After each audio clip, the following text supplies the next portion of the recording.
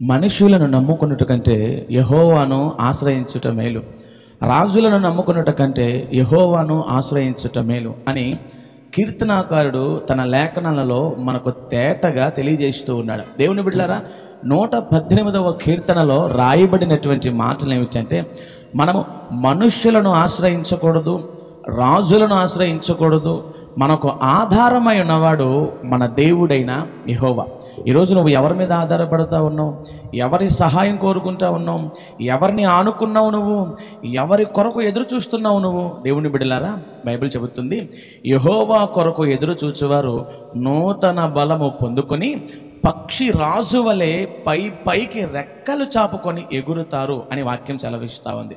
ఈరోజు ఆలోచించండి, మీరు మీ విశ్వాస యాత్రలో, మీ జీవితంలో యేసయ్యను నమ్ముకోండి, యేసయ్య మీద ఆధారపడండి, యేసయ్యను ఆశ్రయించండి. ఆయన మీకు ఏ మేలు కొదువు లేకుండా, మీ జీవితాల్లో ఏ మేలు కూడా దాచి ఉంచకుండా మీకు సమస్తము సమకూర్చి జరిగిస్తాడు. దేవుని బిడ్డలారా, ఈ ప్రత్యేకమైనటువంటి సమయంలో దేవుని వాక్యం మీద దృష్టి పెట్టండి.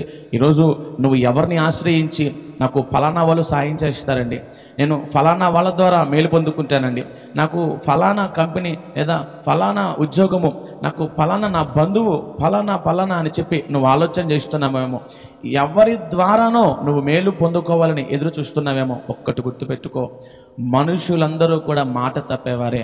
నా దేవుడు నమ్మదగినవాడు, నీకు వాగ్దానం చేశాడు, ఆయన మాట తప్పడానికి నరుడు కాదు.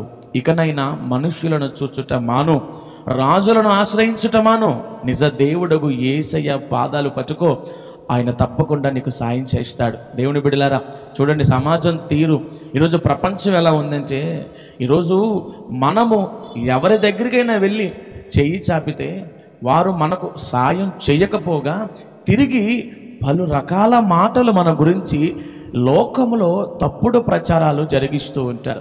దేవుని బిడ్డలారా, ఈరోజు ఒకవేళ మొహమాటానికి మేలు చేసిన రేపు నీ గురించి 10 మందిలో చెప్పుకోరు అని నీకేమన్నా నమ్మకం, గ్యారెంటీ ఉందా?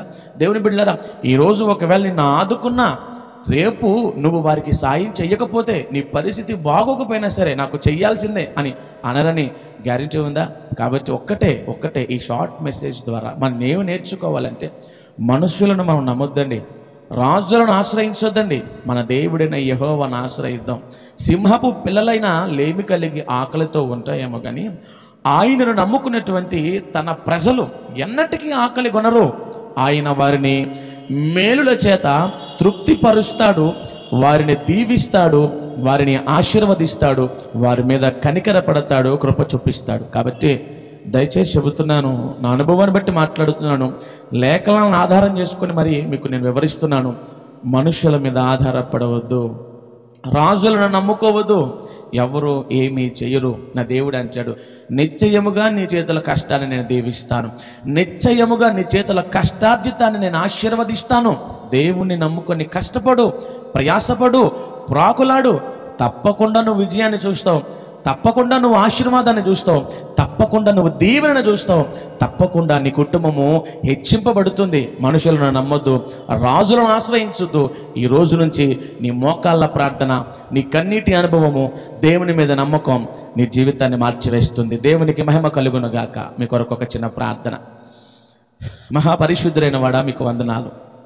ఈ ప్రత్యేకమైన సమయంలో మీరు మాతో మాట్లాడారు.